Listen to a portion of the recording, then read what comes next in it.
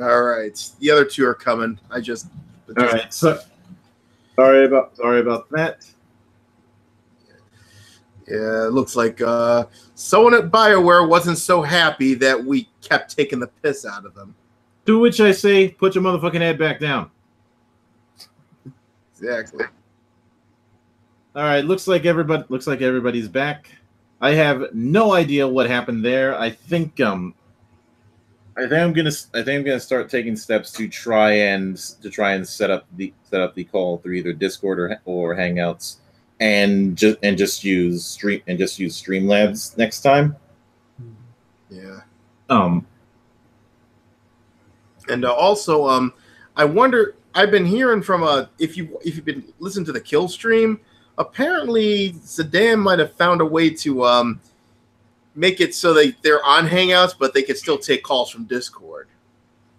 So that'll be interesting. Although I will freely admit I haven't been watching the Kill stream as much because it's gotten less interesting. Yeah, they've been focusing a lot on Idra, but last night's was very interesting because of the Antifa crap. But yeah, that stuff I'm willing to listen to, but I'm kind of bored of hearing about, oh, this is what Sargon was doing this week. It's like, we get it. Sargon's sniffing his own farts. Allegedly, I get that they have their beef with him, but hearing that week in and out, that whole E-drama thing is like quicksand. If you step in it, you sink very quickly, and before you realize it, you can't get out. Yeah, like I said, I got my own thing about it, but like I said, but the thing is, the whole bullshit will be settled easily. Mm-hmm. I'm not going to say what it is, but it can be settled very easily if they just stop trying to one-up themselves. Anyway. Yeah, but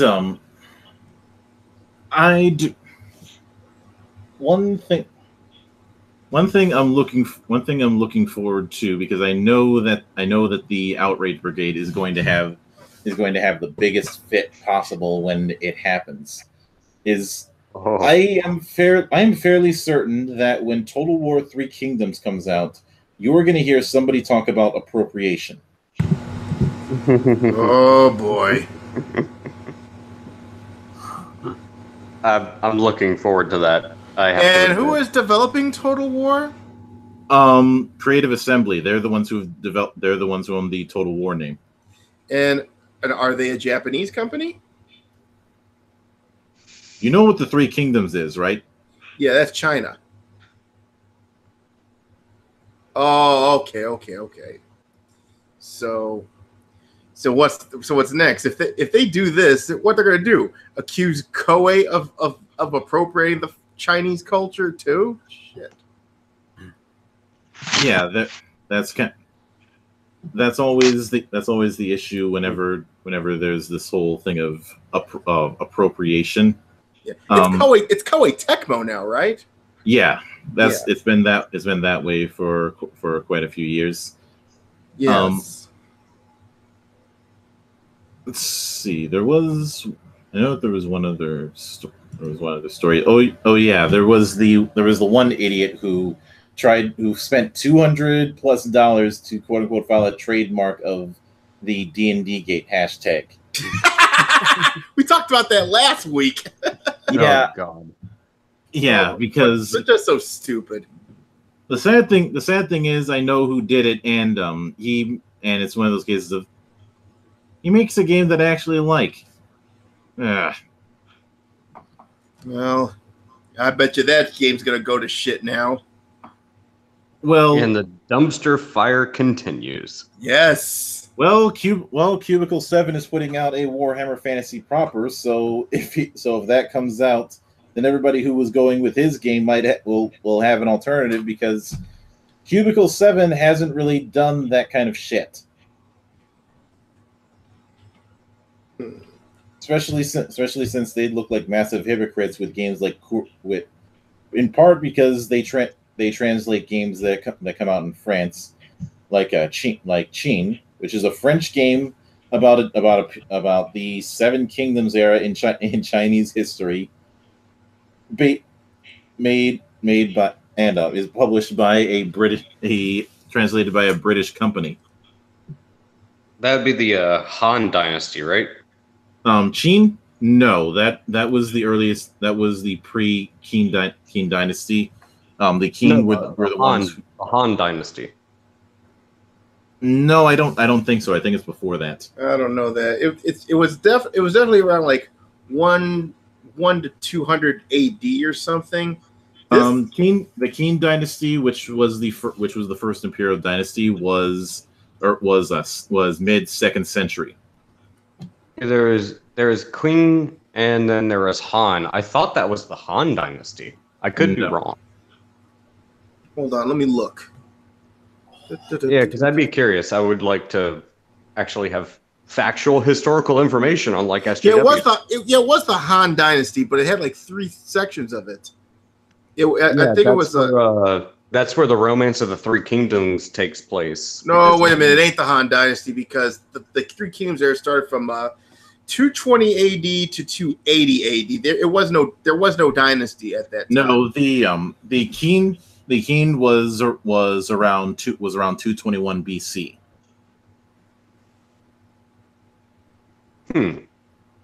Yeah, and there was like I need to go back and study my Chinese history. Yeah, but the Three Kingdoms that was a 60-year period of civil war wars between the Wei, Shu, and Wu dynasties. Let's see. I actually have the book right here, Romance of the Three Kingdoms. What is this? Mm-hmm. And 220 CE, 400-year rule, the mighty Han Dynasty came to an end, and Three Kingdoms consisted Liu Pai, legitimate heir to the Han throne, elects to fight for his birthright and enlists the aid of his sworn brothers. Chang Fei, Invincible Knight. Well, you do have to keep in mind that Romance of the Three Kingdoms is a fantasy, but it still is based. They don't mention what the dynasties involved are. Yeah, the Han Dynasty was much later. That was in AD. Because keep in mind you have that divide of before Common Era and then after Common Era.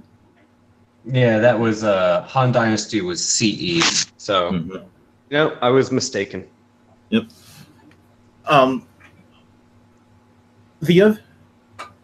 But the thing that fascinates me about the whole thing is you have these various characters, cultures, and the like that people are going to see for the first time, and it's ultimately a display of character whether they prioritize the whole thing of, hey, this is this cool thing that I haven't seen before. Maybe I want to look at more of it. Like how I was when I first played Jade Empire. So I'd known some bits about China, but I didn't really delve into it. Then I played that game and I started delving into it a lot more. And then you're going to have the folks that are looking just at the people who are making it and passing judgment. Never mind, and blocking me when I say, well, how many of you people's played the Yuan Shuan Sword series of games? Especially since it now has in one of the games in that long series has an English release. Or how many of them played any of the Chinese Paladin games?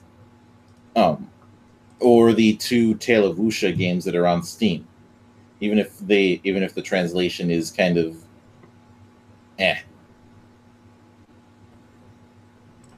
But it ultimately shows people like that ultimately do not want others to grow, because if they grow, they run the risk of leaving the nest.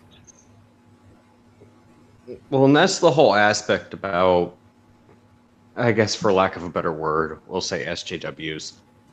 Their whole thing is, oh, it's cultural appropriation. It's cultural appropriation. But in their minds, cultural appropriation is the same thing as cultural appreciation. Yeah, and you can't appreciate another culture. You're not allowed. You have to stick it into your little box. Yeah, you got to check that box off. Are you a male? Are you female? You're transgender. What's your ethnicity? What's your background? What's your political belief? They're only concerned about esoteric things. Like, God forbid you're a Democrat who is of African descent who practices fucking karate or, Krav Maga. Oh It's my not God, allowed. Wesley Snipes is in trouble now. Well, Yeah, he's already in trouble for legal reasons, Tax evasion. which is Well, and that's the thing. You gotta, in their mind, you have to check a box. You're not allowed to step outside of that box because if you do, oh no. Bye bye. Yeah. There's in their mind, there is no such thing as being able to appreciate another culture. That's why two women can start a burrito shop and get shut down because nope, if you're not Hispanic, you don't have to be Mexican. If you're just not Hispanic, you're not allowed to make, serve, or eat burritos. That's cultural appropriation right there. It's funny, Anita Sarkeesian. I know I keep ragging on Anita. Anita Sarkeesian always complains about games culturally appropriating or cultural appropriation in general. But it was about a couple of months ago, and she posted a tweet with a gif of her eating a burrito. She's like, "Oh yeah, I'm on the so and so coast, and I'm eating these burritos." And the gif was like her, like it was going in and out of her mouth. She wasn't taking a bite. It looked like, pretty much how you can imagine. And people are like, "Oh my God, I can't believe you've just done this. You're inviting so much harassment." Rules don't apply to the Scoutmasters, my friend. Yeah, but there's her complaining about cultural appropriation, yet she's tucking into some tacos, and she's saying, "Oh, I can't wait to go to this place to have some sushi." I'm like, hang on a sec, what? You gotta love those thick, veiny burritos and those nice, tight tacos, right? Yeah. Raising, boom, both barrels out.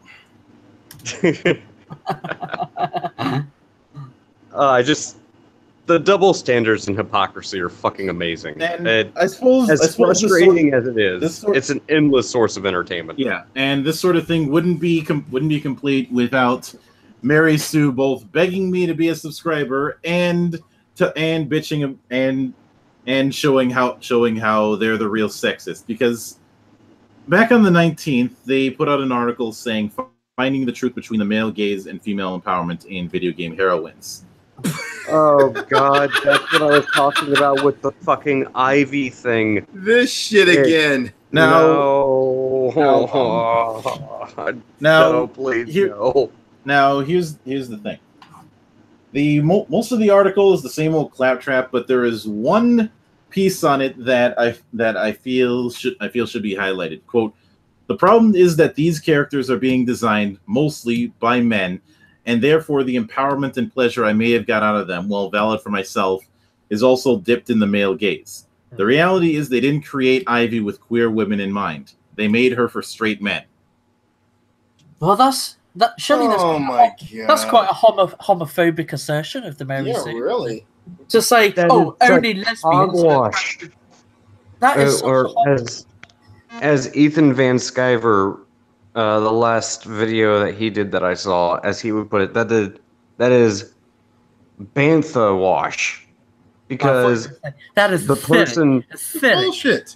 Here's the thing: the person that wrote that article, and I know the article you're talking about because it is the one that's talking about Ivy from Soul Calibur, and what she had said, being a nerdy girl who was rather insecure.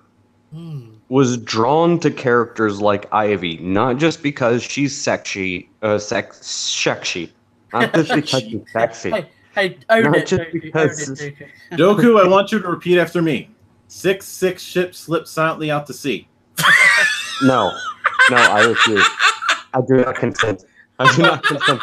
Go on, Doku, go on. Go on, man. But not just because of the fact that she's sexy, but she's also a badass woman who is also voluptuous. And as this writer, if we can call her that, because I will not call her an author, as she has grown older, she has seemed to come to resent sexy, voluptuous, and attractive women. You want to know why? Because she's not. And exactly, because she's either one of those attractive sticks that can't seem to get past puberty, or well, I'll just say, man, the fucking harpoons. Yeah, it boils down to the fact that first off, Ivy is a very difficult character to play. Excuse me, but that aside, and I can understand being butthurt trying to master a character that is really not that easy of a character to master and play well. And anyone that's played a fighting game, yeah, you kind of get irritated when you're playing a character you know that's good, but you haven't mastered yet, and you get your ass handed to you all the fucking time. Yeah, that gets frustrating. But to attack the character because, like, well, she's wearing a skimpy outfit and booby physics, and she's designed by a male, and it's only there for the male gaze. It's like, do you know the character of Ivy? Do you know what her backstory is?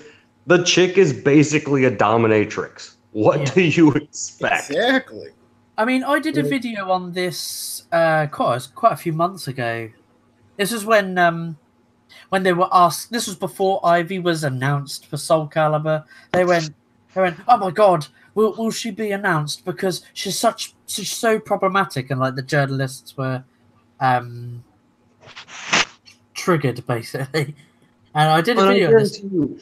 And there was this, it was about 3 months, or probably more than 3 months ago. But this guy made a really interesting comment about Ivy and her sexuality. I'm trying to remember. He goes, to me, the simple answer lies in her chosen method of attack and weapon. Her personality is that of a researcher. This is true. However, she also uses her brand of femininity, sex appeal, intelligence and intensity to dominate her opponents. If Voldo is allowed to be disturbingly creepy, why is she not allowed to be overly sexy? So, should someone who... It's kind of her weapon. Like, she uses sexuality as a weapon. I mean, shit, Harlequin uses sexuality as a weapon. Yeah. She's a gymnast. She'll jump on top of your shoulders and shove your face into her crotch, and then the next thing you know, your nose is going to be broken and you're done. Like, sexuality is a weapon if used properly. Yeah. So let's just put it this way. If Leanna K is fine with even cosplaying Ivy, why the fuck are they complaining? Yeah. Well, because if they don't, then they it's like a gnome and Pathfinder not being able to explore. If they don't complain, then they might fade away into non-existence. They'll fade away and classify themselves as obsolete. Well, you want to know what the most hilarious part about this entire situation is? All of these feminists, be it male or female feminists, all of these people are either offended or jealous over a fictional 3D character. Yeah, that's the most You're pathetic. That's pathetic. Fiction. You're upset over a fictional character. By the way, fictional characters. Like, really? That's the point we're at. Like, you're upset over a pseudo dominatrix chick in a skimpy outfit that has a blade whip. That's a video game character. My word. Well, this is the funny thing. If you don't mind, I'd like to share a little bit of a thing with you guys, for you guys, because now if you'll look at that, I showed 2 bits of artwork that shows what happens with social justice. The first is what Exalted used to look like when they had a strong relationship with Udon. And the second is what their new artwork looks like. Oh my word.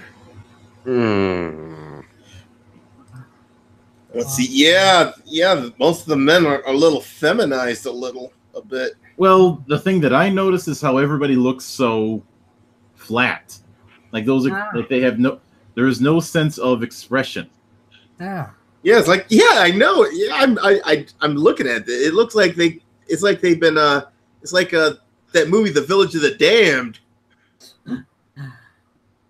Yeah, it's not like surprising. There's like very emotionalist, very, and what have you. It's like, yeesh. I've seen more emotion from a fucking Annabelle doll. Oh my god! Well, at least it's giving me some ideas though. Whereas it's alternative. Let me show you a few artworks examples from its alternative that's seen a Nominate Publishing put out called Godbound.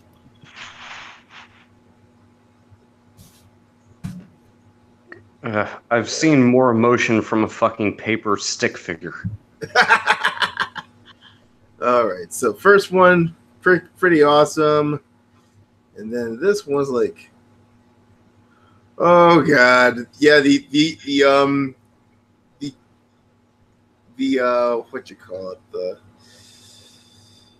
you gotta give the dark, turn a brown woman with dreadlocks, well, no, not dreadlocks, cornrows. Sorry.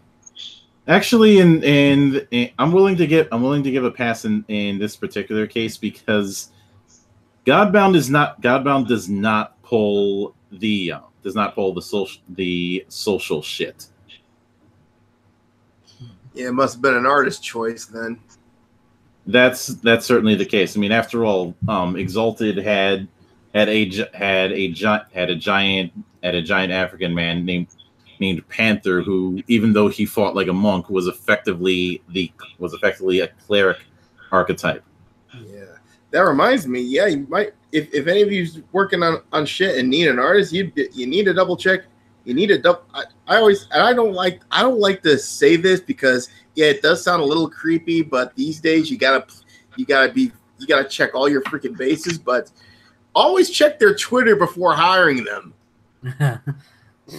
Well, in a lot of cases, if I was searching for somebody to work on my stuff, the only thing that would matter to me is can you do your job without pulling this shit, without preaching, because if you preach, then you're going to be cutting into my money, and if you cut into my money, then there's going to be some problems.